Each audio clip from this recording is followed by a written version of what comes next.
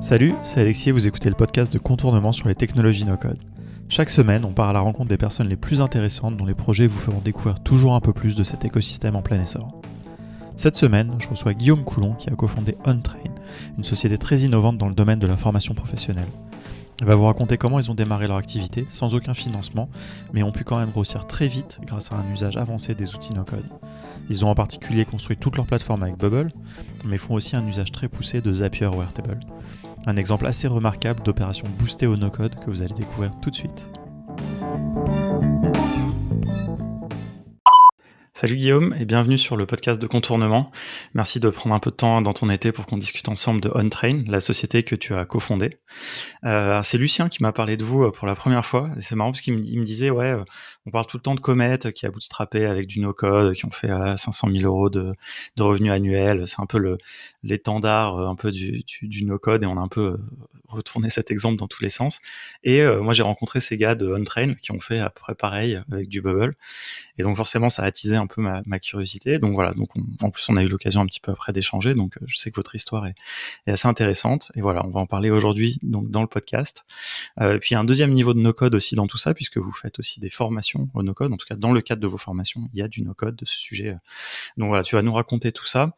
On va avoir plein de choses à se dire, mais pour bien commencer, est-ce que tu peux te présenter ? Bonjour Alexis et merci encore de me recevoir. Alors en effet, OnTrain, nous on a comme tu dis bootstrappé cette entreprise, enfin cette startup avec du no-code, mais pour me présenter rapidement, donc je m'appelle Guillaume, j'ai 31 ans et j'ai fait avant 7 ans de conseil, 7 ans de conseil en data marketing chez 55. L'idée c'était d'accompagner des clients sur des sujets data et marketing pour des clients grands comptes principalement grands comptes on va dire. Et donc, du coup, à l'issue de cette année, enfin de ces 7 années de conseil en data, j'ai eu l'occasion de rencontrer Benoît Delaporte. Benoît Delaporte, qui est le fondateur principal d'Untrain, et que du coup j'ai pu rencontrer au cours de mes années passées chez 55. Alors, on a fait beaucoup de formations ensemble chez 55 en tant que consultant. Donc, il y a beaucoup de postes chez 55. On peut être consultant, on peut être expertise innovation manager, on peut être product data manager. J'ai commencé en tant que consultant, j'ai ensuite fait plusieurs postes. Mais l'idée, c'est qu'avec Benoît, on a eu l'occasion d'animer ensemble beaucoup de sessions de formation sur les sujets du coup du data et du marketing. Et on s'est rendu compte, chez 55, que plus on animait de formation, plus on avait un peu le cul entre deux chaises, si je pouvais dire. Parce que en tant que consultant, quand on donne une formation, on va délivrer de l'expertise, on va apprendre en fait à nos clients une manière de faire, une manière d'apprendre et d'être autonome sur certains sujets, on va dire data et marketing. Et en fait, en tant que consultant, l'idée c'est aussi de pouvoir accompagner ses clients. Et donc plus on vend de formation, moins derrière on va avoir de missions, de conseils à vendre. Donc on s'est rendu compte que c'était quelque chose d'assez on était mal à l'aise, on va dire, à l'idée de faire tout son information. Et c'est vrai que c'est une offre qui n'a pas forcément été poussée à 100% lorsqu'on était chez 55. Donc c'est pour ça que derrière, avec Benoît, on a décidé de monter Untrain. Untrain qui est vraiment pour le coup une learning company. L'objectif d'Untrain, notre but, c'est vraiment d'accompagner des salariés d'entreprise dans leur montée en compétences via des programmes de formation. Donc, nous, on appelle des trainings sur les sujets pardon, du digital et de la tech. Donc la data, la tech, le marketing, l'acquisition en ligne, le product management, les sales, etc. C'est marrant, j'ai envie de rebondir sur un point que tu as évoqué. Est-ce que tu dirais, du coup, sans forcément faire un focus sur 55, j'ai envie d'élargir un peu, est-ce que tu dirais que les sociétés de conseil n'ont pas forcément intérêt de trop former leurs clients ? Est-ce que c'est ça un peu ce paradoxe que tu évoques ? Est-ce qu'il y a un truc justement un peu bizarre là-dedans ? Bah, alors disons en effet que c'est pas forcément le cas. Il y a beaucoup de sociétés de conseil qui ont des grosses activités de formation. En fait, c'est assez naturel quand on accompagne en tant que consultant un client, il a envie d'apprendre les sujets sur lesquels on les accompagne, et donc automatiquement, on se retrouve à faire des propositions commerciales de formation dans le cadre d'un accompagnement plus de conseils. Sauf que déjà, c'est deux métiers qui sont très différents. Ça, faut le dire, hein. Faire et apprendre à faire, c'est pas la même chose. Et donc, Ça veut dire qu'en fait, si on commence à mettre de la force de consultant, sur la formation, on fait moins de conseils et on a plus de valeur ajoutée à être consultant et donc à faire vraiment cette activité de conseil, dans un cabinet de conseil. Et donc du coup, voilà, il se pose toujours déjà cette question, cet arbitrage entre est-ce que je veux, dédier du temps de consultant à faire de la formation ou est-ce que je veux dédier du temps de consultant, à faire du conseil? Donc ça, c'est le 1er point et ensuite, il y a en effet, cette idée un petit peu de cannibalisation des activités, parce qu'en fait, si on forme trop bien, nos clients, évidemment, en tout cas sur des sujets, on va dire, plus simples, ils n'auront pas besoin du cabinet de conseil, et donc plus besoin de faire appel en tout cas à une agence ou un cabinet de conseil externe. Ils vont forcément internaliser une partie, des activités, ce qui fait que le cabinet de conseil derrière, soit il arrive à aller, chercher, on va dire, des sujets plus profonds, plus techniques, plus strat, autour de cette mission et tant mieux et dans ce cas-là, c'est gagnant-gagnant. Mais s'il n'y arrive pas et bah, forcément, il va, il va avoir une mission de formation et ce sera un petit peu la fin. Nous, ça nous est arrivé, hein, chez 55 sans citer de clients, du coup de former certains clients et que derrière, on ait du mal à les récupérer. Mais c'est marrant parce que c'est un peu, c'est le sujet vraiment de j'allais dire l'automatisation, parce que je pourrais utiliser ce mot, non, de l'autonomisation. C'est vraiment ce sujet-là qui nous est très cher et qui est cher dans le no-code, puisqu'il y a toujours cette volonté de dire aux gens, bon, bah, vous pouvez devenir autonome, faites vous-même. Ce côté très DIY, et c'est vrai que il y a une partie qui peut être un petit peu antagoniste par rapport à ça. Et j'ai une autre question avant de revenir un tout petit peu sur ton parcours. Est-ce que est-ce qu'il n'y a pas aussi un sujet sur au niveau, et c'est un truc dont on pourra parler tout à l'heure, vraiment par rapport aux activités d'OnTrain, mais est-ce qu'un un bon consultant, c'est forcément un bon formateur? Ou est-ce que, je me doute de la réponse, mais tu vois ce que je veux dire? Alors en fait, un bon consultant, c'est un consultant qui d'une part, sera capable d'accompagner, de la meilleure façon possible son client, donc d'être, critique, d'être, expert en tout cas au maximum sur son sujet. Donc ça nécessite quand même de bien, avoir un bon sens business pour, comprendre les enjeux business, de l'entreprise, qui l'accompagne, donc en tout cas du département qui l'accompagne et en même temps avoir un bon niveau d'expertise pour, bah, du coup, pouvoir créer de la enfin, et qui sont en mesure de créer de la valeur pour le client. Heu, ensuite, heu, un meilleur consultant, c'est, un consultant qui sera capable aussi, de, mettre le pied à l'étrier du client sur certains sujets pour qu'il soit, légèrement plus autonome et que du coup, il soit en mesure lui de faire grandir aussi son périmètre d'intervention en tant que consultant, et de pouvoir, on va dire, laisser, certains, sujets à son client pour en prendre d'autres et comme ça réussir à, étendre son périmètre, au sein d'un compte. Voilà, la formation peut en faire partie, c'est pas forcément le cœur de la stratégie et souvent, la formation n'en fait pas partie, mais c'est une possibilité, mais c'est une possibilité qui peut s'avérer un peu risquée, en fonction du niveau de maturité du client parce que si on le forme trop bien, et qu'ils ont pas trop d'enjeux sur d'autres, sujets et bah, du coup, on peut se retrouver à se couper, enfin, on va dire scier la branche sur laquelle on est assise, si je prends Ouais, l'expression. ouais, attends, je vois bien. Voilà. On va parler un peu plus vraiment de comment vous avez bootstrappé OnTrain. Ça va être vraiment un sujet qui nous intéresse. Mais juste avant ça, pour comprendre un petit peu ton background, qu'est-ce que tu as fait comme études? Et notamment, est-ce que tu sais coder? Enfin, tu vois, c'est un petit peu la question qui revient parce que ça m'intéresse toujours de comprendre un peu les profils des no-codeurs.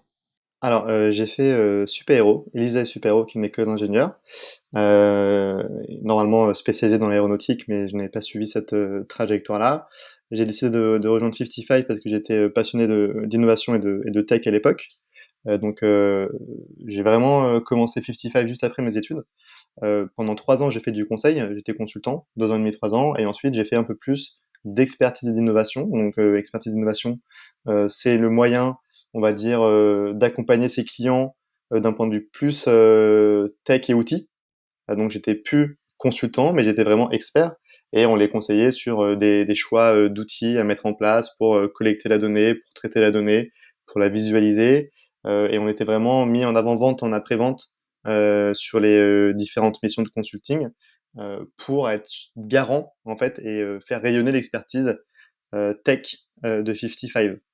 Voilà, donc ça c'était mon deuxième poste. Et mon troisième poste, c'était Product Data Manager, où là j'étais vraiment côté, on va dire, plus outils, tuyauterie de données pour nos clients. Et donc je mettais en place des pipelines de données, donc c'était beaucoup plus tech, pour nos clients. Et notamment, l'objectif était de servir en fait des activations marketing, du scoring, du clustering, du retargeting, à l'aide de pipelines de données qu'on mettait en place chez eux.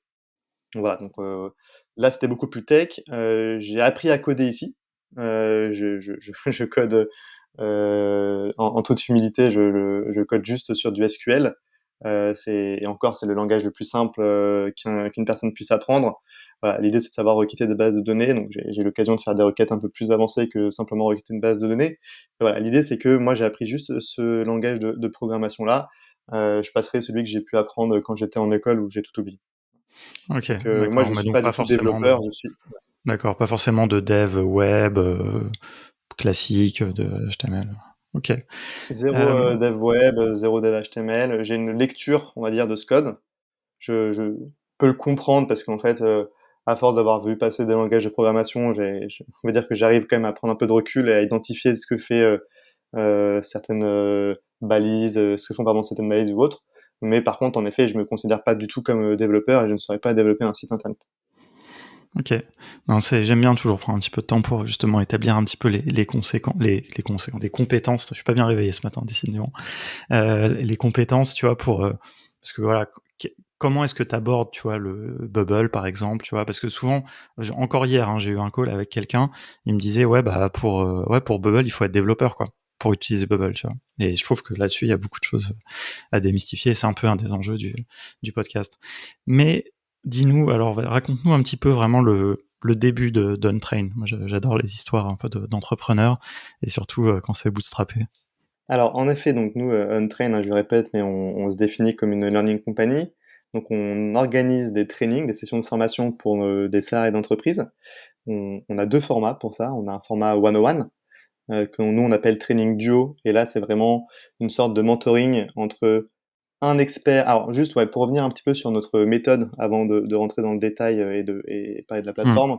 En fait, déjà, on fait que du sur-mesure. On est convaincu, nous, que pour bien accompagner des salariés d'entreprise, notamment en B2B. Chaque salarié a sa spécialité, sa spécialisation, son périmètre d'intervention, et donc du coup, et ses objectifs aussi, enfin, professionnels, mais qui lui sont personnels au sein de l'entreprise. Donc du coup, voilà, l'idée c'est de pouvoir coller au maximum sur leurs enjeux de montée en compétences. C'est pour ça qu'on est convaincu qu'il faut faire du sur-mesure. Donc tous nos programmes de formation sont faits sur mesure. Comment on fait ça? On a des questionnaires de conception, on fait des calls de conception, donc vraiment un appel, on va dire, avec le client ou son boss pour bien comprendre les enjeux de montée en compétences de l'équipe ou des différents participants, leur cas d'usage, leurs use cases, leur quotidien, pour être du coup en mesure de leur proposer un programme à la fois sur le format et sur le contenu, qui soit à 100% adapté à leurs besoins de montée en compétences et à leurs objectifs business. Ça, c'est le premier sujet. Ça, c'est, on va dire qu'on a tiré ça de notre casquette de consultant, mais c'est super utile en tout cas quand on accompagne des grands comptes. Le second parti pris qu'on a, c'est que pour bien former, nous, on est convaincus que il ne faut pas passer par des formateurs de métier comme font beaucoup d'organismes de formation, mais nous, on passe par des experts de métier. C'est-à-dire qu'en fait, chez Untrain, on a constitué la plus grande communauté d'Europe d'experts en poste. Donc, c'est des experts trainers, chez nous, on les appelle les trainers, qui sont en poste dans les plus belles boîtes tech comme Google, Blablacar, Back Market, Doctolib, Conto. Et on va dire que c'est ces salariés d'entreprise, donc qui sont des trainers, qui d'une part maîtrisent hyper bien les sujets sur lesquels on accompagne nos clients, donc la data, le market, l'acquisition, les sales, et cetera. Bah, c'est ces personnes-là, en fait, qui vont prendre un peu de leur temps pour animer des trainings conjointement avec Untrain et partager leur expérience. Donc du coup, c'est l'expérience de terrain, hyper actionnable, hyper activable, et c'est Untrain, en fait, derrière, qui garantit le cadre pédagogique, qui fait que derrière, on a une véritable expérience de formation qui est à la fois hyper qualitative d'un point de vue expertise, puisque ce sont ces personnes-là qui connaissent très bien leur sujet qui animent les formations, et aussi d'un point de vue expérience pédagogique, puisque Untrain garantit vraiment tout le cadre pédagogique autour de la formation. Voilà. Et donc du coup, ça étant dit, on s'était dit que pour faciliter l'organisation de ces formations, en fait, la genèse, elle vient aussi des premières formations qu'on a organisées. On s'est dit, ok, on va Mmh. accompagner des clients. Alors, au départ, c'était le Crédit Agricole, je sais plus si je me souviens, si je me souviens bien. Et en fait, on s'est aperçu rapidement que organiser une formation, alors c'est bien d'avoir un expert, c'est bien d'avoir un organisme de formation. À l'époque, on se définissait comme organisme, maintenant on est un peu plus grand. Mais en fait, on se retrouve rapidement à envoyer beaucoup de mails. C'est-à-dire qu'il y avait des échanges de mails, de 70 mails dans une même boucle pour valider les participants, valider la date de la Mmh. formation, valider le contenu de la formation, etc., etc. C'est vite pénible et en fait, on s'est dit, ok, si on veut proposer vraiment de la valeur autour de cette formation, il y a quand même beaucoup de choses à faire d'un point de vue, on va dire, automatisation ou Mmh. simplification, on va dire, du parcours de l'organisation de la formation, pour être sûr qu'on puisse consacrer, nous, notre valeur ajoutée, non pas à envoyer des mails pour organiser la formation, mais plutôt à affiner le programme pédagogique, à choisir le meilleur expert, à garantir la meilleure expérience client pour la formation.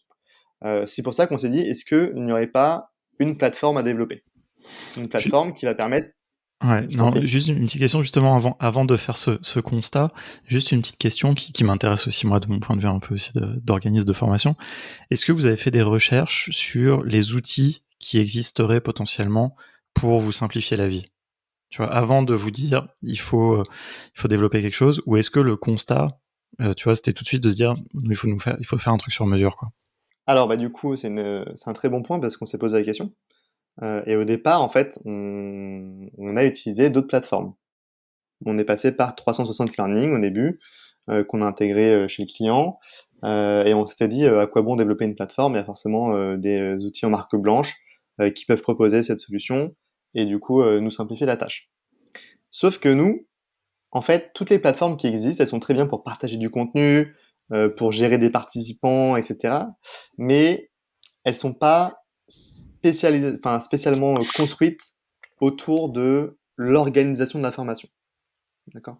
Et c'est vraiment là où où on a eu des points bloquants, c'est qu'en fait, ça ne nous empêchait pas d'envoyer les 70 mails, le fait d'avoir la plateforme. Limite, on devait en envoyer plus parce qu'il y avait des accès supplémentaires, etc. Mais par contre, le partage de contenu, de toute façon, nous, on crée des mini-sites sur Google au départ pour leur partager le contenu de la formation. Donc, à ce niveau-là, c'était pas forcément plus pénible. Par contre, ça enlevait pas les boucles sur le choix des dates, sur quel participant par date, sur échanger avec son trainer en amont de la formation, sur le fait que le trainer il puisse découvrir le profil des participants, qu'il puisse découvrir les besoins de montée en compétences des participants. Tout ça, en fait, les solutions du marché, elles ne proposent pas ça. Ou en tout cas, on n'a peut-être pas assez cherché, mais on l'a pas trouvé. Mmh. Et donc, on Non, s'est non, mais dit, il manque quelque chose et on a besoin, nous, pour garantir une expérience unique de formation et une expérience surtout de qualité, on a besoin, en fait, de cette plateforme qui vient simplifier l'organisation des sessions de formation. Donc, on s'est dit, OK, il y a quelque chose à aller chercher, il y a un outil à aller chercher, il y a une plateforme à aller chercher. Donc, on a réfléchi un petit peu et à l'époque, on s'est dit, bon, on allait partir sur Bubble. Pourquoi? Parce que ça coûtait pas cher et que les promesses étaient là. Voilà, donc c'est vrai que ça remonte à 2 ans et demi maintenant, donc Bubble a bien grandi depuis. Mais donc je pense aussi à l'image des startups comme Comet que tu vas citer, qui avaient déjà pu, on va dire, bootstrapper leur activité avec du Bubble. On s'est dit qu'avec le no-code, il y avait peut-être un tour à jouer, tout simplement. mmh. Hein, c'est intéressant, je pense que beaucoup de gens vont se reconnaître un peu dans le constat que tu as fait autour de la formation, et notamment la formation en présentiel ou des sessions de formation sur mesure. Je veux dire, je pense qu'on a beaucoup de gens ont fait ce constat. Il y a des discussions régulièrement, même sur le Slack. Je crois même que c'est pas plus tard que ce matin Kevin et Florent échanger là-dessus sur cette nécessité de faire un outil ou de faire son propre outil. Tu vois, je sais qu'il y a des gens qui travaillent, il y a les gens d'auto qui ont fait leur propre plateforme sur Bubble. Alors à chaque fois dans des contextes différents, mais c'est une vraie problématique que nous on connaît bien et tu l'as très bien exprimé, donc c'est très intéressant. Partant de ce constat, du coup, vous vous êtes lancé sur le développement de Bubble, enfin le développement de la plateforme avec Bubble. Ça a Ouais. été fluide. Comment tu t'es formé déjà à ça? Enfin, une fois que tu nous as bien expliqué pourquoi vous avez choisi ça, mais comment après tu t'y es mis, quoi? Est-ce que c'est toi déjà qui t'y es mis ou? Alors, du coup, ce qui s'est passé, c'est que moi, j'étais pas encore arrivé dans l'entreprise à ce moment-là. C'était Benoît Delaporte qui avait pris l'initiative sur ce sujet. Il s'était posé la question de prendre au départ, avant de passer sur Bubble, hein, je ne l'ai pas précisé, mais lorsqu'il s'était dit qu'on allait monter un produit en interne, il s'était posé la question de passer par des vrais développeurs, mais il avait fait le ratio coût et il s'est dit pour tester un produit, en tout cas, c'était pas forcément la bonne approche. C'est pour ça qu'il s'est, on va dire, dirigé vers des outils no-code. Et ensuite, une fois qu'il a choisi ces outils no-code, il s'est rendu compte que Bubble pouvait être une solution pertinente, notamment parce que Stéphane Boudmy, je ne sais pas si vous le connaissez, il a monté notamment Hacker House, euh, lui avait conseillé, qu'il se connaissait, de passer par du Bubble. Donc, avec ce constat-là, il a rapidement, lui, essayé de monter la plateforme et par manque de temps, il s'était dit qu'il fallait prendre quelqu'un. Et donc, il s'est orienté, et c'est assez marrant le choix qu'il a fait, et c'était un très très bon choix, vers un développeur Epitech en troisième année, ou même en deuxième année de mémoire, donc qui s'appelle Dorian Gonzalez, qui fait maintenant du freelance, qui est très bon sur Bubble, et qui du coup lui cherchait un stage, et donc il a trouvé un stagiaire pour construire cette plateforme no-code. Et donc son choix était assez unique parce qu'il aurait pu s'orienter vers directement des no-code spécialistes, mais il s'est orienté vers un développeur. Et donc t'en parlais tout à l'heure sur le fait que quelqu'un qui doit faire du Bubble, c'est forcément un développeur. C'est pas forcément un développeur. Moi, je suis convaincu que tout le monde qui a une certaine logique d'architecture et qui connaît un petit peu les sujets autour des bases de données peut, on va dire, se lancer sur un développement de produit comme Bubble. Mais là, le choix qui avait été fait, c'était de prendre en effet deuxième année chez Epitech pour ce projet no code. Donc c'est avéré être un bon choix puisque du coup Dorian à lui tout seul en tant que stage a pu développer le MVP puis même la V1 et la V2 et la V3 de la plateforme de manière autonome. C'est-à-dire qu'en fait il y avait juste moi qui suis arrivé ensuite qui était on va dire son interlocuteur privilégié. Je lui donnais la direction à prendre, je gérais toute la roadmap produit, je gérais les features à développer et ensuite c'était lui qui les implémentait et moi j'ai testé. Et donc très rapidement, on a pu lancer une V1, donc même pas au bout de 6 mois, on avait la V1 qui était prête. Et ensuite, l'avantage du no-code qui est indéniable, c'est que surtout sur le Bubble, en fait, on peut faire des sprints très courts et sortir des fonctionnalités vraiment en continu. Et donc du coup, via des retours nous on a trois utilisateurs principaux sur la plateforme. On a les clients, les Mmh. trainers et surtout les ops. On en parle pas assez, mais chez nous il y a des ops, donc des opérations, toute une équipe opération qui organise, et c'est eux qui normalement envoient les mails. Bah, du coup, désormais, ils ont juste à configurer le training au sein de la plateforme. Et ensuite, derrière, tout se fait de manière automatique. Donc, la gestion des dates, la création des programmes de formation, euh, le rappel des sessions, l'accès aux ressources, aux enregistrements, etc., etc. Et donc, du coup, ce sont ces trois utilisateurs qui nous ont permis de nous améliorer en continu sur la plateforme. Et donc, voilà, Mmh. aujourd'hui, on est vraiment, pour vous dire un petit peu, pour donner un ordre de grandeur, je pense que le coût de la plateforme jusqu'à aujourd'hui, alors aujourd'hui, elle est plus large que Bubble, et je vais peut-être en parler juste après. Je pense que tu veux faire un peu plus après sur notre stack d'outils. Mais si on regarde rapidement, je pense que le coût total de la plateforme de développement sur 2 ans, elle doit se situer autour de 15 000 euros. Et peut-être un peu moins. Voilà. Donc, ce qui est relativement faible pour la valeur ajoutée que ça crée. Et vis-à-vis du temps qu'on y a passé, c'est assez incroyable. Et ça, quand tu évalues ça, c'est vraiment le coût, ce que ça vous a coûté, pas forcément le temps humain. C'est alors le coût, de la solution, donc des différents, solutions qui gravitent, donc des outils qui gravitent autour de notre stack d'outils, les Zapier, les Bubble, les Airtable et cetera. Et c'est également le coût humain de développement parce qu'on était avec des stages. Donc du coup, un stage, forcément, ça coûte moins cher enfin, un développeur en stage, ça coûte moins cher qu'un développeur full stack en CDI. Ouais. Ah non, c'est clair. Et du coup, aujourd'hui, et effectivement, après, ça m'intéresse de voir un petit peu où vous en êtes par rapport à cette évolution. Mais donc, du coup, qui c'est qui maintient la plateforme? Comment vous avez internalisé ça? Est-ce que vous avez toujours des stagiaires? Est-ce que c'est un poste maintenant? Enfin, Alors aujourd'hui, donc on est 2, bientôt 3 sur la plateforme. Donc on va dire qu'on est 3, bientôt 4. Il y a d'une part Dorian qui n'est plus stagiaire, qui est maintenant en freelance, qui a, on va dire, la legacy technique de la plateforme, qui lui travaille en freelance pour nous de temps en temps. Donc pas du tout en full time, mais il nous donne des coups de main quand on va buter sur une chose que lui il avait pu développer auparavant. On connaît tous ce que c'est que la dot technique, ces sujets-là. Donc voilà, l'idée c'est que il puisse nous dépanner lorsqu'on a un souci, donc je lui en remercie d'ailleurs.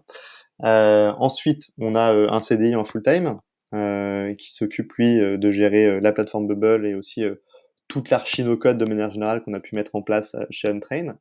Et moi-même qui y consacre une partie de mon temps où je gère, on va dire vraiment plus la partie product management, donc vision produit, retranscription des besoins et de la vision en roadmap produit, en user stories, et ensuite priorisation et développement. ok. Donc voilà. Et alors, du coup, il y a un truc qui m'intéresse vraiment, c'est, tu vois, on a beaucoup cette vision de Bubble, d'un outil pour faire des marketplaces, pour faire tu vois, des produits un peu avec un accès direct au client, je sais pas comment dire, customer facing, quoi. Des fois, j'arrive pas à trouver le bon mot en français aussi. Mais tu vois, il y a beaucoup cette vision-là. Et toi, finalement, de ce que je comprends quand même, on est vraiment dans un pur cas d'usage de Bubble, qui est à mon avis le meilleur cas d'usage en réalité, mais d'outillage interne, quoi. Justement, d'outils pour les ops. Nous, on est très focus chez Contournement sur les ops, mais nous, on a cette vision des ops très modulaire, Airtable, Zapier, etc. Alors que là, vous avez une approche un petit peu plus, et que tu vas après nous exposer, mais un petit peu plus monolithique, entre guillemets, avec un Bubble qui fait le gros socle, de ce que je comprends, mais vraiment dans un usage très opération, quoi. C'est-à-dire que vous avez fait un outil sur mesure qui vous facilite la vie pour faire exactement ce que vous voulez faire, et donc qui remplace des choses sur l'étagère que vous n'avez pas trouvé, comme tu nous disais tout à l'heure. Je sais pas, Ouais, quelle est ta vision un peu là-dessus, ton retour d'expérience, enfin. ouais, tout à fait. Alors du coup, nous, pour être un peu plus précis, Bubble, c'est vraiment notre solution qui va être ce que tu appelles toi client facing, donc qui sera utilisé principalement par le client. Donc nos deux clients, hein, les trainers d'un côté et les participants, donc les salariés d'entreprise de l'autre. Mais également avec un usage interne pour les opérations qui vont créer des trainings sur la plateforme. Donc en fait, lorsqu'on a un nouveau training à organiser, les ops vont créer le training via la plateforme Bubble, donc ils ont un back-end, ils vont mettre le nombre de participants, ils vont ajouter les différents participants, ils vont créer une entreprise si jamais elle n'existe pas. C'est vraiment un travail d'onboarder, ce qu'on peut dire onboarder dans le jargon lorsque on parle d'un vrai outil SaaS. Bah, c'est un petit peu ça. L'idée c'est que nous, on a des opérations, cette équipe, elle c'est vraiment en charge déjà de créer les entreprises, de créer les profils des participants. À terme, tout ça sera automatisé, hein, mais pour l'instant, ça ne l'est pas. De créer les profils des participants, de créer le training associé, et ensuite, une fois que tout ça c'est fait, lorsque les participants et les trainers se connectent, ils sont autonomes sur l'organisation de la formation. Donc, bien sûr, l'équipe opération reste en support, on va dire par email, par téléphone. Mais l'idée, c'est qu'on a quand même réussi à réduire cette boucle infinie de mail à quelques échanges par mail. Parce que Donc moi, ça, en c'est fait, vraiment l'objectif principal. je fais une petite distinction justement, tu vois, c'est quand même, vous êtes complètement sur du B2B. Vous avez pas, tu vois, ce truc de les gens viennent sur votre plateforme. C'est comme les clients viendraient sur Airbnb, se créer un compte, mettre leur truc à louer, gagner de l'argent, etc. Tu vois. C'est pour ça que pour moi, c'est ce truc, c'est un peu la face cachée parce que c'est de l'interne entre guillemets, même si effectivement c'est vos clients. Tu vois, mais tu vois ce que je veux dire, c'est pas, on peut pas venir, ou alors peut-être que je m'embrouille, mais tu vois, on peut pas venir sur OnTrain, s'inscrire à une session de formation comme ça en étant quelqu'un de random ou commencer En à effet. faire, c'est pas une plateforme quoi. En effet, c'est pas une plateforme d'un point de vue, B2C où, les personnes peuvent s'inscrire à des sessions, de manière simple ou même, B2B2C dans le jargon un peu plus, expert où en fait, des plateformes comme, 360 Learning, c'est du B2B2C. Ouais. Elles vendent leur, SaaS, leur outil à des entreprises, mais les utilisateurs finaux, c'est, des, individus, vraiment aussi parce qu'ils sont, vraiment, très nombreux à utiliser, à aller browser du contenu, enfin aller, parcourir du contenu en ligne. Nous, on est vraiment B2B et donc en effet, c'est impossible d'accéder à la plateforme si jamais on n'est pas, au préalable enregistré au sein de la base de données. Donc c'est à ce niveau-là, c'est très sécurisé et ensuite derrière, une fois que, hem, la personne a décidé enfin, doit suivre une session de formation, donc le salarié doit suivre une session de formation, il a un accès, il peut se connecter et il peut accéder, au contenu de formation, au trainer, il peut, compléter des questionnaires de conception pour, affiner le programme pédagogique, tout ça, tout ça. Et donc là où je voulais un peu donner un peu plus de détails, apporter plus de détails, c'est que derrière, Bubble, c'est pas notre outil principal. Enfin, c'est notre outil principal, mais c'est pas le seul, pardon. Derrière, on a quand même une grosse connectique, avec, la suite, Google d'un côté, donc notamment Google Calendar pour organiser les sessions de formation, c'est bien d'envoyer une invitation. Hem, Zoom pour, les sessions en visio ou Microsoft Teams, ça dépend des chaque entreprise a son fait son choix, de stack d'outils et parfois c'est compliqué d'avoir Zoom chez l'un et Teams chez l'autre. Bien évidemment, c'est intégré aussi avec, Airtable, où Airtable, on a, créé vraiment notre, outil d'ERP pardon, où on va avoir, toutes les informations de tous nos trainings, de tous nos trainers, de tous nos participants, qui sont vraiment recensés dans une, grosse, database Airtable. Et donc aujourd'hui, il y a une connectique entre Airtable et Bubble. À terme, à terme, ce qui se passera, je pense, et c'est un peu la vision qu'on va mettre en place d'ici la fin de l'année, c'est que derrière, les ops auront juste à remplir le Airtable et tout sera créé automatiquement sur Bubble, sans qu'ils aient Pourquoi forcément besoin d'aller dans Bubble. et pourquoi ne pas avoir utilisé la base de données de Bubble, enfin justement à ces fins de stockage de toutes ces informations et de, tu vois, qu'elle est enfin Alors, tout aussi performante, voire même alors on enfin, utilise hein, plus de lignes. et on utilise tout à fait la base de données Bubble, hein. En fait, les utilisateurs, ils existent sur Bubble. On va jamais connecter Bubble en direct sur la database Airtable. Bien sûr. Ce serait beaucoup trop long d'un point de vue efficacité. C'est pas du tout l'idée. Par contre, l'idée, c'est de simplifier, on va dire, l'expérience, de l'équipe opération et donc c'est encore, c'est pas sûr qu'on avance comme ça, mais en tout cas, on se dit, on va éviter de leur faire 2 fois la même chose.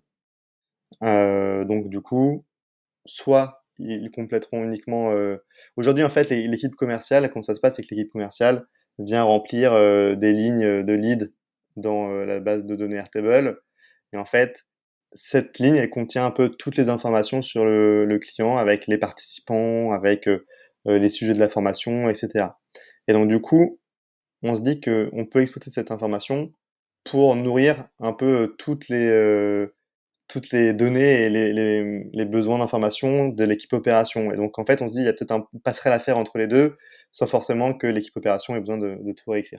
Mais voilà, donc là, c'est juste pour l'optimisation. Mais pour terminer sur la stack, enfin, sur la stack technique, pardon, on a vraiment, Bubble pour, la partie vraiment outil, la plateforme, qui est connectée. Donc en fait, ce qui se passe, c'est que lorsqu'une, une personne va organiser sa session de formation, notamment sur le format de mentoring one-on-one. Donc le participant va se connecter, le traîneur vont se connecter tous les 2. Ils vont, donner des disponibilités au travers d'un calendrier collaboratif, donc tout ça se fait sur Bubble et une fois qu'ils ont choisi et validé une date, à l'instant où c'est validé, donc il y a, une invitation, Microsoft Teams ou Zoom qui est créée à la volée une invitation sécurisée, donc qui match du coup avec le créneau, hein, donc en fonction de l'heure qui a été choisie et le jour qui a été choisi. Et ensuite, cette session, elle va être ajoutée à un Google Calendar, à une invitation Google Calendar, qui sera envoyée aux différentes parties prenantes. L'idée étant que le client reçoive, enfin trainer comme participant, reçoivent un email de confirmation, reçoivent une invitation Google Calendar avec le lien Zoom ou Teams à utiliser pour la session de formation. Et donc du coup, pour automatiser tout ça, on passe par Zapier. Donc on aurait pu en choisir plein d'autres, on est passé par Zapier, donc on reste pour l'instant sur Zapier. Et donc l'idée c'est que Zapier va vraiment automatiser en fait tout un tas de micro-tâches qui va être de la création de Google Calendar, de la création de Zoom, etc., etc. Et ensuite, une fois que la session est terminée, donc lorsque l'enregistrement en fait est disponible sur Zoom ou Teams, on a d'autres apps qui se déclenchent et qui viennent récupérer ces enregistrements et les stocker sur la plateforme Bubble. Comme ça, derrière, les participants à la formation peuvent revisionner les différentes sessions qu'ils ont pu avoir avec leur trainer autant de fois qu'ils le souhaitent. Voilà, donc là, c'est vraiment pour donner un peu plus d'overview à la stack technique. Et enfin, il y a une boucle rétroactive qui part vers Airtable et qui vient remplir certains champs comme les évaluations, où est-ce qu'ils en sont sur leur si jamais ils ont 6 heures à programmer, bah, combien ils en ont programmé, etc., jusqu'à ce que la session soit terminée. Et lorsque la session est terminée, il y a un statut qui va changer sur le training dans Airtable pour passer à la facturation, par exemple. Ok, non mais c'est hyper Voilà. intéressant de voir un peu cette vue d'ensemble. Et tu vois, quand je te demandais tout à l'heure pourquoi vous stockez pas dans Bubble différemment, c'est aussi parce que moi ça m'intéresse de tirer un peu l'attention aux gens sur le fait que tout ce que tu fais dans Bubble, certes, dans Bubble, il y a une base de données relationnelle, etc., mais tu vas devoir construire toutes les interfaces qui vont exploiter ces données, toutes les interfaces qui vont devoir traiter ces données. En passant par Airtable, vous gagnez du temps et vous pouvez faire tout ça vous-même, quoi. Enfin, tout ça est déjà fait. Enfin, utiliser Airtable comme un back-office, pour moi, ça a énormément de sens. Et des fois, je trouve que les bubblers, je me permets un petit jugement, mais passent trop de temps à refaire des choses qui sont déjà possibles, quoi. Forcément, dans Bubble, tu dois tout refaire tout le temps, tes back-office, des trucs comme ça. Et c'est pour ça que je trouve que votre exemple est assez génial, quoi. Et ça illustre encore une fois comment Airtable et ce truc que Noam pointait du doigt dans l'épisode que j'avais fait avec lui, que j'aime beaucoup, c'est cette source unique de vérité, quoi. C'est-à-dire que c'est cette source centrale de vérité, je sais plus exactement les mots qu'il avait utilisés, et je trouve ça hyper intéressant, tu vois. Et encore une fois, ça illustre bien. Et ça n'empêche pas que effectivement les données techniques importantes pour votre plateforme bah, peuvent être dans Bubble également, enfin d'une manière ou d'une autre. Donc c'est vraiment une architecture, je trouve, très très très intéressante et qui je trouve aussi défie un petit peu. Nous, forcément, quand on fait de l'évangélisation, on schématise toujours un peu l'approche intégrée monolithique d'un seul outil, Bubble ou un autre, versus l'approche modulaire de Airtable, Zapier, Integromat, etc. qu'on combine. Mais en réalité, quand on arrive sur des enjeux comme les vôtres, d'une vraie société qui tourne, qui a de nombreux clients, on peut aller sur des stacks qui mélangent les deux en réalité, quoi. Et ça, je trouve ça super, vraiment un super exemple, quoi. Ouais, mais je te rejoins tout à fait. Je connais bien Noam, hein. J'avais fait une session de formation avec lui, c'est un de nos traîneurs. Il a également suivi une formation via Untrain. Euh, Cette source unique de vérité sur Airtable, cette définition de source unique, on le retrouve dans plein de départements d'entreprise, hein. Mais l'idée, c'est que vraiment, on puisse avoir au sein d'une même database, et une database simple qui ne nécessite pas de skills techniques pour être requêtée, toutes les informations sur, sur les opérations on-train. Donc, ça veut dire quoi? Ça veut dire, et les opérations, enfin, la partie commerciale et la partie ops. C'est-à-dire qu'en fait, tous les commerciaux peuvent suivre leurs leads et leurs clients.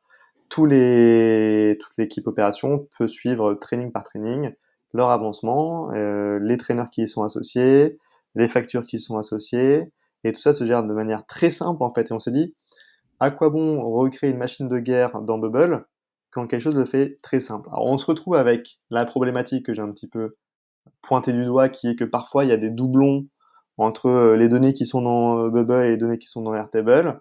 C'est pour ça qu'on se dit, pourquoi pas à terme automatiser en fait la création des trainings de Bubble via le Airtable. Comme ça, on va demander à l'équipe opération que de compléter un Airtable et derrière, les données sont automatiquement pushées sur Bubble. C'est pas forcément ce qu'on mettrait en place. En tout cas, on a cette limite, on la connaît, on l'a bien identifiée. Mais pour l'instant, c'est vraiment pas une limite qui est problématique pour nous. On y gagne beaucoup plus à avoir tout centralisé au sein de Airtable que d'avoir tout mis sur Bubble. Et en fait, si on met tout sur Bubble, il faut créer une plateforme visuelle via Bubble pour pouvoir bien l'exploiter. Et on y passerait beaucoup de temps. Et là, on a d'autres, pour l'instant, on a d'autres urgences à traiter que de passer du temps à développer un back-office sur Bubble. Ok, ouais, non, c'est très sensé. Et tu vois, je me demande si est-ce que vous aurez jamais le besoin de le faire, tu vois. C'est ça la question. À mon avis, Exactement. Tant qu'on n'a pas de limites, on va dire, bloquantes, on continue comme ça. On identifie, en fait, et c'est bien d'avoir ce recul nécessaire pour identifier les limites auxquelles on pourra faire face dans le futur. Et il y a d'ailleurs une question qui est essentielle, c'est est-ce qu'on gardera une stack no-code tout le temps? Pour hmm. l'instant, on l'a en tête. On en reparle tous les mois avec la team. Mais pour le moment, honnêtement, on a fait nos premières années sur Bubble, les chiffres d'affaires augmentent. On peut sans problème, là, notre target, c'est de faire plus d'1 million d'euros en 2021. Et je pense qu'elle pourra largement être réalisée sur du Bubble et on n'y aura pas du tout atteint les limites techniques. Voilà. Aujourd'hui, Bubble, c'est notre outil limite le moins cher dans notre stack d'outils. C'est assez Est-ce incroyable que d'ailleurs. est-ce que tu peux me dire à peu près, mais sur quel plan vous êtes chez Zapier, par Zapier, on est curiosité? sur plan à 5000 tâches. Le plan pro, $89 par Donc, mois, alors. exactement, 89 Ouais. dollars, 5000 tâches. Ce qui, honnêtement, est cher, mais en termes de valeur ajoutée, ne l'est pas trop. Par exemple, pour donner d'autres outils qu'on utilise, pour en citer d'autres, on utilise Typeform. Typeform qui facture 30 dollars par mois pour avoir un formulaire un peu sexy.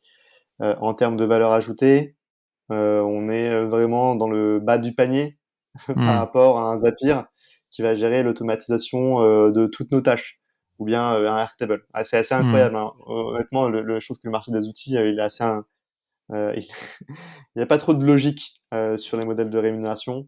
Quand on voit que Bubble, le premier plan, il commence à 5 dollars par mois ou à 9 dollars, je sais plus, et qu'on peut faire des produits qui sont très robustes versus un Typeform où il faut débourser 400 euros par an pour avoir un formulaire un peu sympa qui nourrit une base de données où on peut pas en faire grand-chose. Voilà, ça c'est mon avis personnel. Ouais, ouais. Non, J'utilise, mais c'est j'aime intéressant, beaucoup Typeform. c'est J'aime beaucoup intéressant Typeform et parce j'utilise, que hein, j'ai jamais eu encore trop de points de vue comme ça, et je vois ce que tu veux dire. Et tu vois, c'est là où je trouve ça intéressant, sur ce marché des outils, enfin, sans aller trop dans le produit, mais c'est des fois des outils très ciblés qui font très bien quelque chose peuvent se permettre aussi effectivement de facturer plus exactement. cher. Et c'est assez intéressant. Ça, c'est vraiment une discussion de product manager, mais je trouve qui est tout à fait intéressante. Mais c'est vrai que là, la manière dont tu l'as décrit, tu vois, très franchement, j'avais jamais vraiment pensé comme ça. Mais parce que moi, je dis souvent, nous, on est pareil, on est sur un plan pro Zapier, et très franchement, je suis hyper content de payer ça tous les mois parce que le temps que ça me fait économiser, je le matérialise dans ma tête, tu vois. Et je peux même quasiment le convertir en argent, quoi. Typeform, c'est vrai que bon, bah, quand je reçois un formulaire qui a été soumis avec Typeform, je suis content. J'ai été content quand j'ai créé le formulaire, mais je matérialise pas autant parce que ce formulaire, de toute façon, c'est pas, je serais pas allé chercher les questions à la main, etc. Donc c'est un peu différent l'appréciation du. C'est une question de perception. C'est une question de Ouais. perception et c'est une question d'utilisateur. Je pense que qu'un Typeform, je vais peut-être me faire un peu taper sur les doigts, mais c'est pour une équipe marketing. L'équipe marketing, elle est pas très tech et donc elle va y avoir beaucoup de valeur et elle sera prête à mettre beaucoup d'argent pour avoir quelque chose qui va lui générer des leads.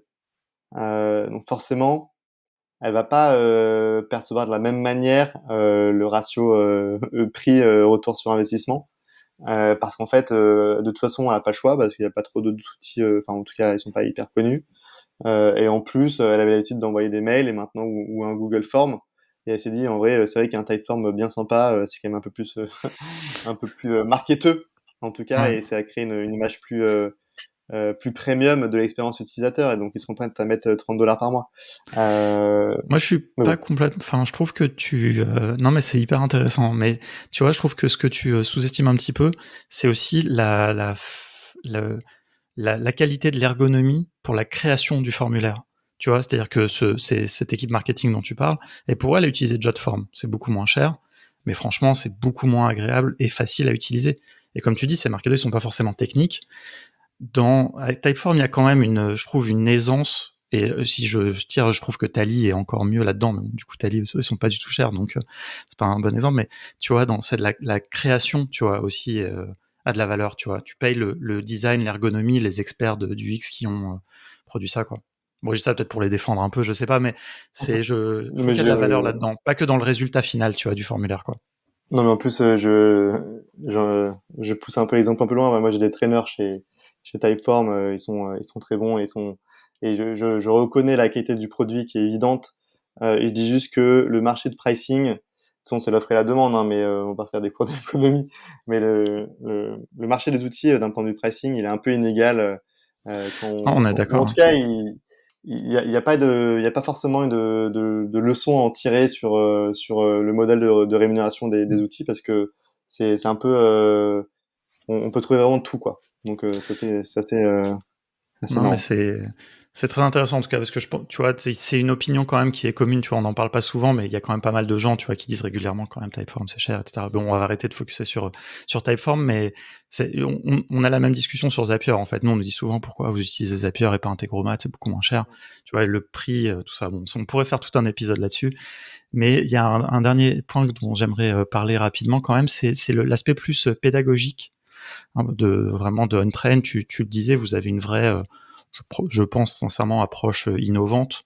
En tout cas, vous avez décidé d'avoir une approche différente. Moi, j'ai une question quand même, parce que tu as évoqué tout à l'heure le fait que vous pensez, tu vois, que les experts vont être les meilleurs formateurs, les experts en poste. Ça, cette nuance aussi importante. Enfin, j'ai remarqué que tu vous dites tout le temps vraiment expert en poste. Euh, Est-ce que, enfin, moi, j'ai quand même une petite réserve là-dessus. Ça m'intéresse vraiment de. Je vois très bien le fait que les gens soient en poste et qu'ils soient experts, ça valide, qu'ils soient dans ce qu'ils peuvent apporter. Par contre, comment est-ce que vous vous assurez qu'ils sont pédagogues, tu vois? Parce que moi, je vais juste pour vraiment boucler mon exemple. Moi, je travaille beaucoup avec des développeurs. Alors, ça dépend un peu. Parce que je pense qu'il faudra que tu nous dises un petit peu plus précisément sur quoi vous formez, parce que tu l'as rapidement évoqué.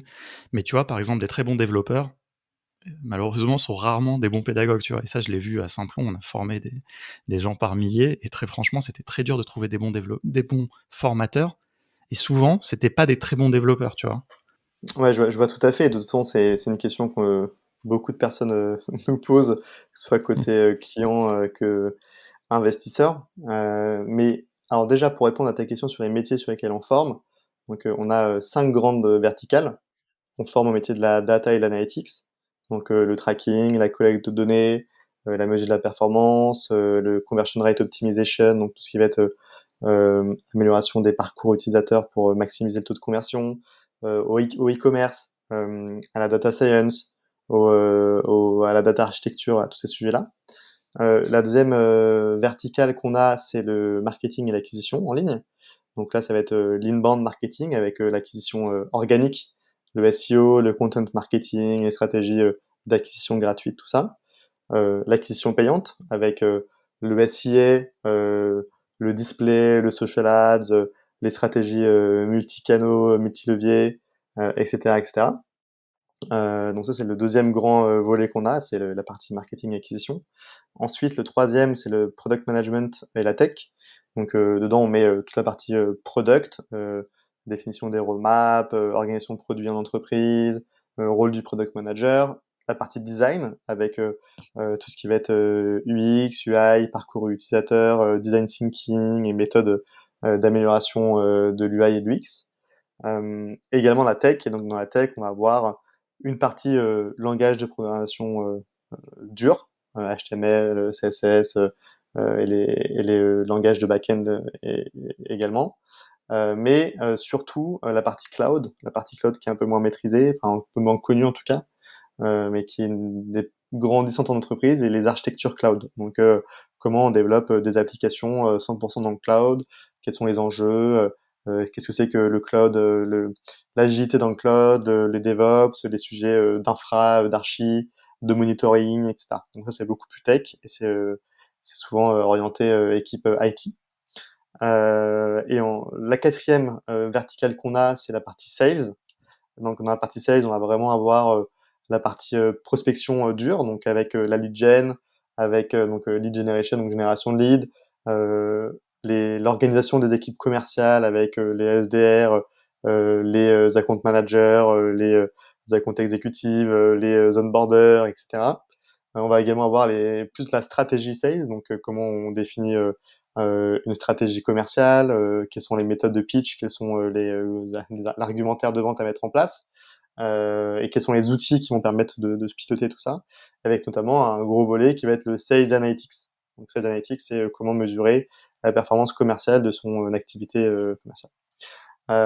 Et enfin, la dernière thématique, c'est la thématique numéro 5, qui est Business Operations, qui va du coup concerner un peu toutes les fonctions support en entreprise, avec la finance, les ressources humaines, toute la partie cost analytics. En fait, c'est vraiment c'est un peu, pardon, c'est un petit peu les oubliés souvent des entreprises, les fonctions finance, support, etc. Et pourtant, ils ont de plus en plus d'outils chez eux pour améliorer leur performance. Et donc, il y a beaucoup de formations à les faire sur toute cette stack d'outils et notamment sur l'automatisation d'ailleurs. Et donc le no-code, ils en sont très friands parce qu'en fait, ils ont beaucoup de tâches répétitives qui peuvent être automatisées via des outils no-code. Et du coup, eux, ils peuvent gagner en productivité et se concentrer sur les tâches à plus forte valeur ajoutée. Ça, c'est pour notre offre de formation qui est relativement large. Et donc, du coup, on a 5 grandes verticales. Et ensuite, ta deuxième question, rappelle-la moi. Donc, C'est Jessie, je te plutôt laisse. justement au niveau des experts, tu vois, sur les modalités un petit peu des formations, et donc qui sont dispensées principalement par des experts en poste. C'est un peu ça l'idée. Mais avec aussi votre pédagogie. Enfin, tu vois, et du coup, la question, c'était un peu, comment vous faites pour être sûr que tous ces experts soient des bons pédagogues aussi, des bons formateurs? Et du coup, en effet, comment on fait? Bah, déjà, nos traîneurs, il y a 3, on va dire qu'il y a 3 grands points. Le premier point, c'est que nos traîneurs, on va les chercher dans des entreprises qui ont quand même une renommée internationale. On va dire que quand on va chercher un traîneur chez Back Market, chez Doctolib, de base, en tout cas pour valider son expertise, on sait qu'elle est présente et Hmm. qu'elle est grande et qu'elle est forte. Pourquoi? Parce que alors je déteste dire ça parce que c'est pas du tout ce que je pense, mais c'est comme les sorties de grandes écoles, HEC, Polytechnique, il y a moins de chances de se planter sur un recrutement. Pourquoi? Parce que logiquement, ils sont censés avoir eu un filtre et on est sûr que c'est des bosseurs, etc., etc. Et donc du Ouais, coup, bah pareil là. je suis moins d'accord avec ça, avec le côté école qu'avec le côté entreprise. Autant, je pense que le point, enfin, que tu vas dire sur les entreprises est très vrai. C'est-à-dire que tu peux pas rester en poste à être un expert dans une boîte si t'es pas vraiment bon dans ce que tu fais. Autant, dans les écoles, je pense que c'est plus discutable. Mais bon, ça peut être encore un autre Voilà, sujet d'épisode. c'était plus pour faire un exemple facile à prendre en main. Et d'ailleurs, moi, j'ai dit, hein, je suis pas vraiment aligné avec ça. L'idée, c'est qu'en fait, logiquement, quand on va chercher un expert chez Back Market, bah, il aura logiquement une expertise qui est reconnue sur le marché, parce que sinon, il resterait pas chez Back Market, parce que Back Market, ils se payent que les meilleurs, grosso modo. Et donc, du coup, là, on a un premier filtre qui garantit la qualité. Ensuite, il y en a 2 autres. Déjà, chaque trainer va faire un entretien de 30 minutes avec l'équipe en charge des trainers chez Untrain. Et cet entretien de 30 minutes a pour but vraiment d'identifier déjà le périmètre d'intervention du trainer, ses compétences hard skills, ses compétences soft skills, est-ce qu'il est manager, est-ce qu'il est opérationnel. Et du coup, cet échange de 30 minutes, souvent, il permet vraiment de comprendre est-ce est-ce qu'on aura affaire à un traîneur qui est pédagogue ou vraiment un expert très pointu sur un sujet. Est-ce que il est vraiment intéressé par animer des formations? Est-ce que c'est quelque chose qu'il a déjà fait par le passé? Et souvent, il y a des indices, hein, quand une personne va dire que ça fait 5 ans qu'il donne des cours à la fac, eh ben, on sait qu'il sera probablement Hmm, un minimum bien pédagogue. sûr. Voilà. Ça, c'est le deuxième point. Donc, c'est cet entretien de 30 minutes qui est systématique pour chaque nouvelle recrue dans la communauté. Et le troisième, bien évidemment, c'est l'évaluation. Donc nous, chaque training est évalué à la fois par le trainer et par les participants. Et donc les participants évaluent notamment la performance du trainer. Il y a des questions sur la performance du trainer. Donc du coup, avec ces retours d'expérience, on est capable de savoir si le trainer a des bonnes notes ou pas dans notre Airtable. Et si on voit qu'il a des notes un peu plus en dessous de la moyenne, nous, on a toujours la possibilité d'aller regarder rapidement les enregistrements parce qu'on a tout enregistré. Et en effet, de confirmer ou d'infirmer le niveau du trainer. En Peut-être effet, lui c'est donner arrivé quelques conseils ou exactement. cycle. L'idée, en fait, c'est de pouvoir leur donner des conseils systématiquement. C'est comme tu dis, c'est voilà, de l'aiguiller et de lui dire, écoute, pour la prochaine session de formation, il faut que tu travailles plutôt là-dessus, que tu fasses plus de cas d'exercices ou au contraire plus de théorie. Mais vraiment, cette boucle rétroactive, elle est hyper vertueuse puisqu'en fait, souvent, un entraîneur va faire plusieurs sessions de formation et dès la première session, il a déjà une évaluation. Et donc, du Hmm. coup, on saura très rapidement alors là, déjà, c'est pour la partie format 101, hein, format duo. Là, nous, on n'est pas présent dans la salle, hein, c'est vraiment une discussion à deux. Mais en tout cas, il y a des évaluations qui sont continues et du coup, on est capable d'ajuster le tir et parfois même de changer de traîneur parce que c'est pas forcément qu'il est mauvais, c'est qu'il répond pas forcément à l'attente du participant. Hmm. Donc, ça nous arrivait de temps en temps de changer de traîneur et souvent le traîneur vient lui-même nous voir et dit en fait, bah là, c'est plutôt un besoin d'UI, moi j'étais plutôt sur du X, je pense que je sais pas la bonne personne et du coup, Hmm. on change de traîneur et ça se passe très bien. Il n'y a aucun problème là-dessus. Euh, pour les trainings, on va dire collectifs, les classes collectives, c'est le deuxième format qu'on a. Pour les trainings collectifs, pour le coup, donc là on est sur des classes de participants qui vont jusqu'à 10 participants et il y a toujours, et c'est obligatoire, une personne down-train qui est présente lors de la formation. Donc c'est vraiment un tandem pédagogique. Il y a le trainer et une personne on-train, un consultant on-train, qui du coup sera le garant de la réussite de la formation. Et donc il est là pour accueillir les participants, il est là pour s'assurer que tout le monde participe bien, il est là pour introduire le trainer, il est là pour s'assurer qu'il y a un bon niveau d'interactivité, et du coup il s'occupe aussi du timekeeping, etc. Ce qui fait que on vient encore offrir ce cadre pédagogique. Et quand bien même le trainer, lui, n'est pas un fin pédagogue. Il y aura toujours cette personne non-train qui sera là pour garantir cette expérience de training et de pédagogie. Donc ça, c'est essentiel. Et la dernière chose que je peux dire, c'est en bonus, parce que j'ai déjà eu trois. Donc la Hmm. quatrième, c'est on envoie systématiquement, que ce soit pour le format one-on-one ou le format collectif, on envoie systématiquement à nos trainers des guidelines qui lui permettent déjà de bien constituer son support pour le format collectif ou de bien comprendre les attentes qu'on a de lui sur un format one-on-one, donc duo, et aussi lui donner, on va dire, des billes pour assurer un bon niveau de pédagogie lors de la formation. Voilà, donc avec tout ça, on arrive, on va dire, à garantir une expérience de training unique et réussie, tant sur l'expertise que sur la pédagogie. Ah, c'est vraiment, enfin, je trouve que vraiment ce modèle que tu décris est hyper intéressant, vraiment innovant et unique en tout cas. Après, il faut voir les résultats que ça donne, ça a l'air très intéressant. Et je trouve qu'il y a un truc d'ailleurs que t'as pas souligné, alors qui n'est pas lié à la pédagogie, tu vois, mais il y a l'expertise et puis il y a l'expérience, tu vois. C'est-à-dire que moi, je trouve ça hyper intéressant que si je veux me faire former à l'UX et à l'UI, si c'est un mec de back market qui va me former, il a l'expérience, il a travaillé sur un site, une plateforme dont l'UX et l'UI est exceptionnel, quoi. Par exemple, enfin, tu vois, si je prends l'exemple de Back Market, je suis complètement fan de ce qu'ils font. Donc, tu vois, il y a un petit premium aussi à ça, où tu vois, tu peux même peut-être aussi, tu vas bénéficier, en fait, de cette expérience, ou quelqu'un qui, je sais pas, qui va te former sur les analytics, qui travaille sur une énorme plateforme avec des enjeux d'analytics, tu vois. C'est parce que ça, c'est un des problèmes, tu vois. Si je retourne le truc, les formateurs de métiers qui sont que des bons formateurs, souvent, il leur manque l'expérience. Tu vois, ça, c'est un des problèmes qu'on avait dans le dev. Les mecs étaient très bons pour expliquer des choses très simples. Par contre, ils n'avaient pas eux-mêmes l'expérience. Ils n'étaient pas toujours à jour aussi. Ça, c'est une vraie problématique chez les formateurs professionnels. Tu vois, il y a encore des gens qui forment depuis des années à Office, etc., qui se mettent jamais à jour. Enfin, et ça, c'est une vraie problématique. Et ça, par contre, tout ce volet-là, votre modèle, je trouve, le balaye complètement, quoi. Enfin, tu vois, on fait complètement une force, quoi.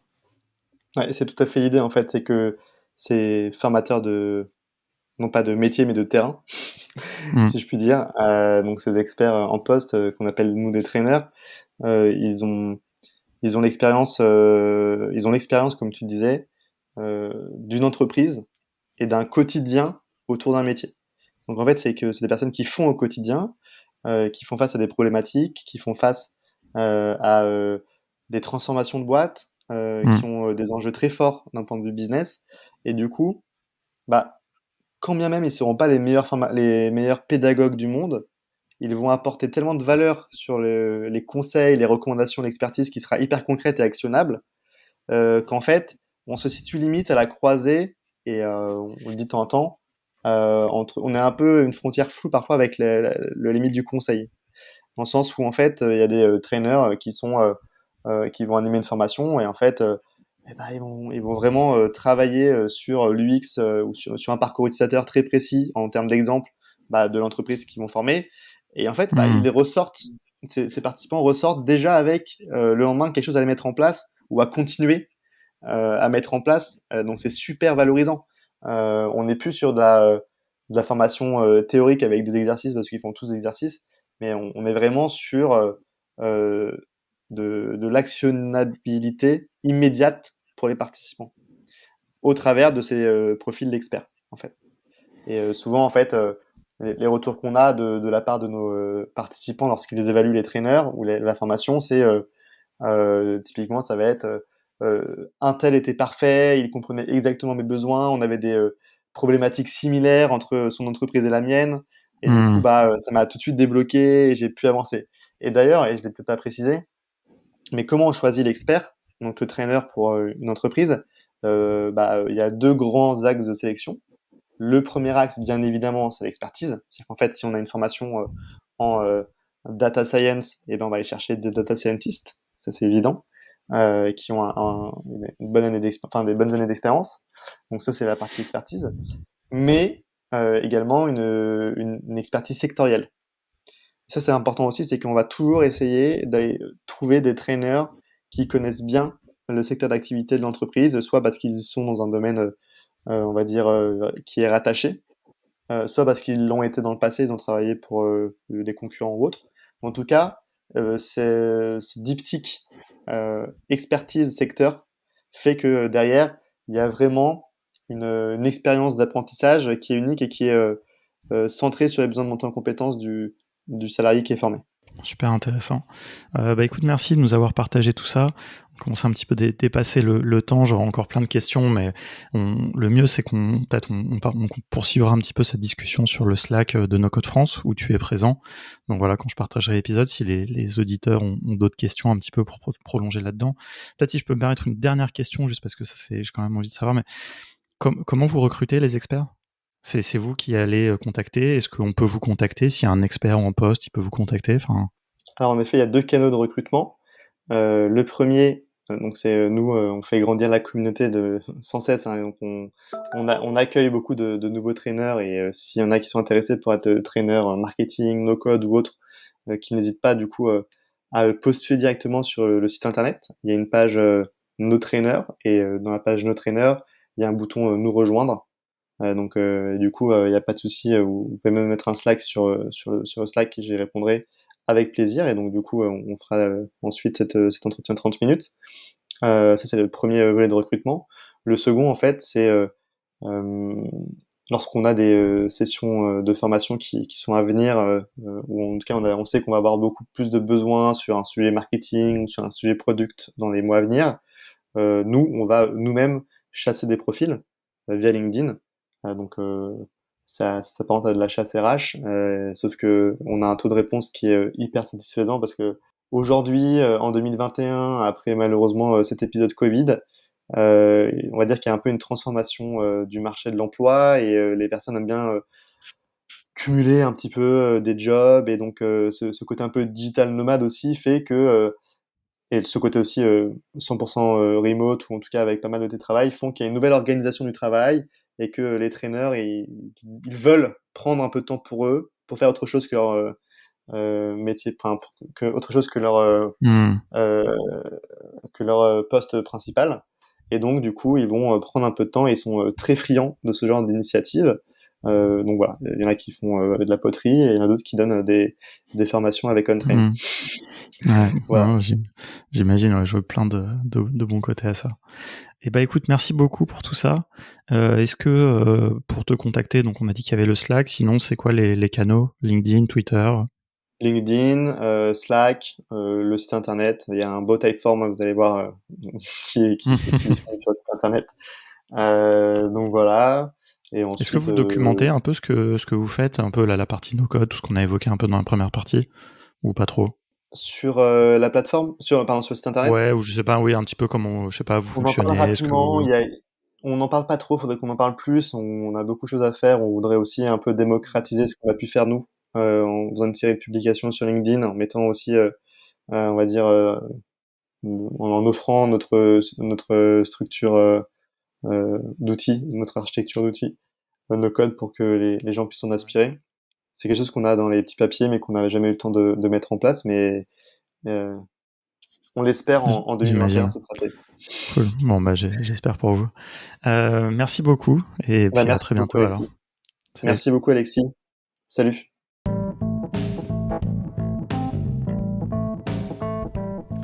Merci beaucoup d'avoir écouté cet épisode jusqu'au bout. J'espère que ça vous a plu. Moi, j'ai trouvé encore une fois cette discussion très intéressante, d'autant qu'on n'était pas toujours d'accord avec Guillaume. Et j'ai trouvé que vraiment c'était très enrichissant de confronter un petit peu nos points de vue. Voilà, j'espère que ça vous a intéressé, que ça vous a inspiré. N'oubliez pas évidemment qu'on fait des formations à des outils comme Airtable ou Zapier. Si c'est plutôt du Bubble qui vous intéresse, allez voir nos amis d'Auto. Mais voilà, en tout cas, si vous aviez encore un doute que le no-code peut vous aider sur vos ops, sur vos opérations, bah je pense que là c'était un exemple incroyable de montrer, d'une part parce qu'ils sont bootstrappés comme on dit, mais aussi parce qu'ils sont très efficaces. C'est-à-dire que ils ont tout fait en sorte chez OnTrain pour se simplifier la vie. Et ça, je trouve ça vraiment très inspirant, et j'espère que ça vous a inspiré aussi. C'est pour ça, nous, qu'on aime des outils comme Airtable ou Zapier. Voilà, donc ainsi s'achève l'épisode numéro 63 de la saison 6 du podcast de Contournement. Il va se passer peut-être quelques semaines avant le prochain épisode. Là, on est un petit peu sur la fin de l'été, il va falloir préparer la rentrée. Mais par contre, je vous promets que dès le mois de septembre, on reviendra au moins mi-septembre, on va dire, on va revenir sur un rythme de un podcast par semaine jusqu'à la fin de l'année. Il y a plein de gens très très intéressants dans la liste. Donc voilà, on va continuer avec des super interviews. Et si vous avez des idées de gens que vous aimeriez interviewer, n'hésitez pas à m'envoyer. Et puis comme d'habitude, on continue la discussion sur le channel Podcast Contournement du Slack de No Code France. Et moi, je vous dis à très bientôt.